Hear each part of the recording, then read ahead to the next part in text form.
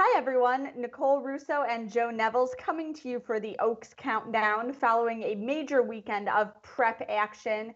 Three races on Saturday offered the respective winners 100 points each toward a starting spot in the Kentucky Oaks. We had big performances by the two favorites, as well as a newcomer making herself known. Without further ado, let's take a look at how our top contenders list for the Oaks stands after the weekend action. And you see right away that we have a new leader atop the list. Monomoy Girl and Midnight Bisou both won like heavy favorites should on Saturday, taking the Ashland and Santa Anita Oaks respectively. We'll watch those in a second, but we did move Monomoy Girl atop the list. We'll talk about her performance. I personally think more highly of the fillies she's been beating. You see Ashland runner-up Eskimo Kisses in third on our list, and she's got a big advantage in that she is a stakes winner at Churchill Downs. A quick run through of the rest of our top 10. We have shuffled some names around as the point standings begin to crystallize as we get closer to the race. A new name on there in Gazelle winner, My Miss Lilly. Now, running through the weekend prep action that helped reorganize this list, we'll first watch Monomoy Girl in the Ashland, controlling the tempo throughout and then holding off Eskimo Kisses. As you know, if you've watched this series all spring, this is a filly I've always thought highly of, particularly with her 2-year-old form at Churchill. But Joe, she had to prove something to you in the Ashland, and she did it.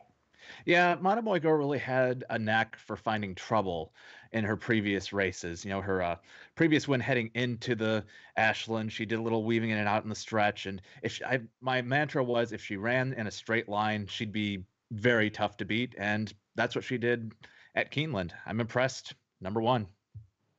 And we'll now watch Midnight Bisou rolling in the Santa Anita Oaks. This filly debuted at number 2 on our Oaks contender list, as she was the only one who was really able to match strides with our initial leader, the unbeaten Dream Tree. When that one defected due to injury, Midnight Bisou took over as the leader in the clubhouse. But outside of these top two, Joe, I'm really not sure how I feel about the depth of the California fillies. That's one reason Midnight Bisou was edged out for the top spot in our latest rankings, but she won like a heavy favorite should on Saturday.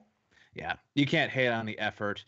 It's just, going back to going back to Monomoy Girl, it's basically a question of whether you prefer the chaser or the chasee, because you're going to get Monomoy Girl, who's going to be out front. She's going to fight for the lead. And then you got Midnight Bisou, who's going to close from the clouds and come up late.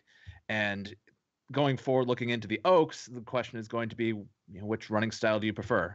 And I don't know about you personally. I think Monomoy Girl showed me enough on the lead that Midnight Bisou is going to have a hard time catching her, even running at her best. Mm-hmm.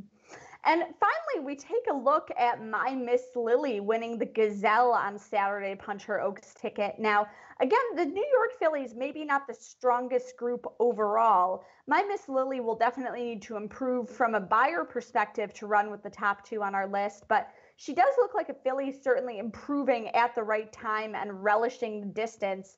We'll take a look at her pedigree in a moment here, and she's a daughter of perennial leading sire Tappet, who can certainly sire a classic type horse. 3 Belmont Stakes winners to his credit, already a Kentucky Oaks winner on his resume and champion Untappable. And Joe, this is the filly we want to look at as a yearling from a nice family. Yeah, you got to love it when an expensive Tappet horse does expensive Tappet horse things. This filly was bought by Cortland Farm for $670,000 at the 2016 Keeneland September yearling sale.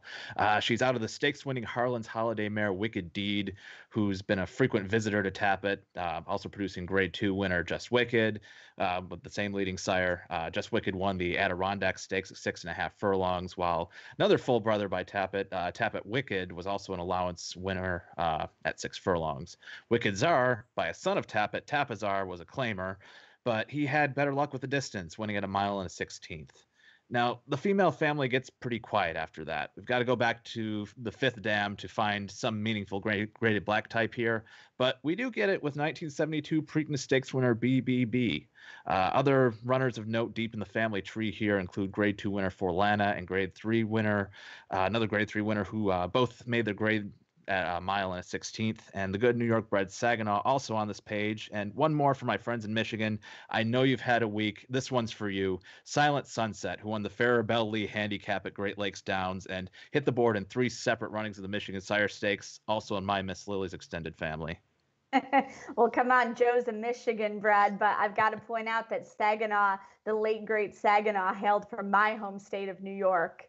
Well, after all of last weekend's action, only 1 points race remains for fillies hoping to get into the Kentucky Oaks, and that is the Fantasy this coming Friday at Oaklawn. We'll see Amy's Challenge looking to answer some questions and punch her ticket there. We'll take a look at those final point standings and where we might rank the field next week on the Oaks Countdown.